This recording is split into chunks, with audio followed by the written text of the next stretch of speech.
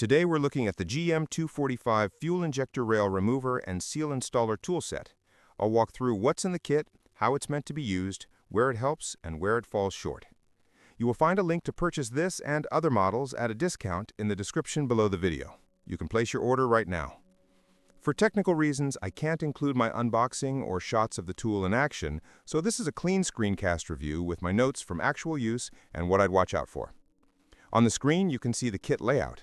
The core pieces are the rail lifter, designed to distribute force along the rail, injector seal sizing and installation sleeves, and small press tools for seating upper and lower O-rings. Did you know that the best discounts on Amazon last only a few hours? That's why I launched 2 channels where I publish the highest discounts on Amazon products in real time every day. Follow the link in the description and subscribe to our Threads and Telegram channels right now to consistently save money on your everyday purchases. Some sets include a pick and a depth stop. If yours doesn't, you'll need your own pick set and a caliper. The case is compact and keeps parts from rattling around, but the latches aren't premium. If you toss it around a lot, tape the edges or swap to a sturdier box. This tool is built for many GM multi-port injection setups.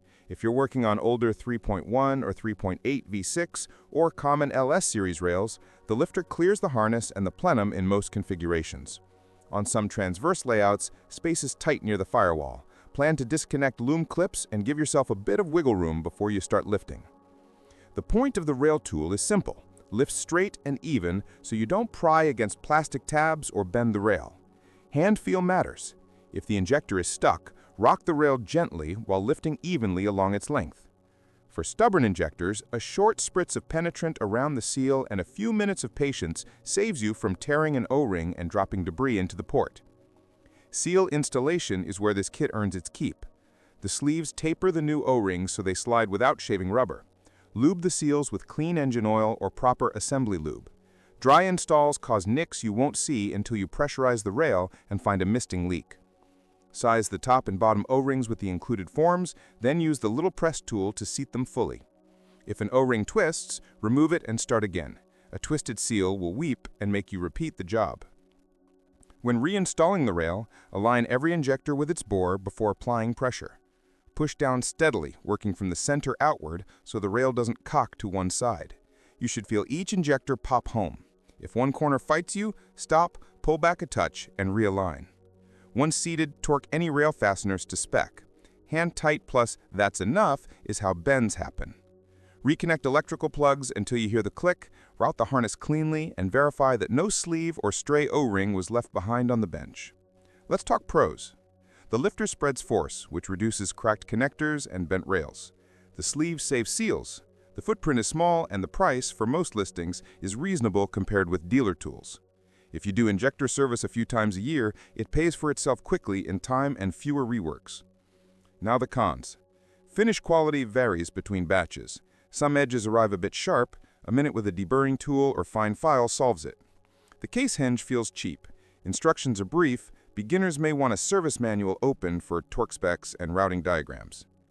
On a few engines with add-on fuel lines or aftermarket intakes, the lifter's jaw angle isn't ideal, and you may revert to a padded pry under supervision to start the first millimeter of movement before switching back to the lifter for the controlled lift. Who is this for? DIY owners with GM multi-port engines who plan to replace leaking injectors, refresh O-rings during intake work, or chase a hot start fuel pressure bleed down. Independent shops can keep it as a backup when the expensive master kit is out on another bay. If you only do one injector job in your life, you can get by with improvised sleeves and careful hands, but the risk of nicking seals and repeating the job is higher.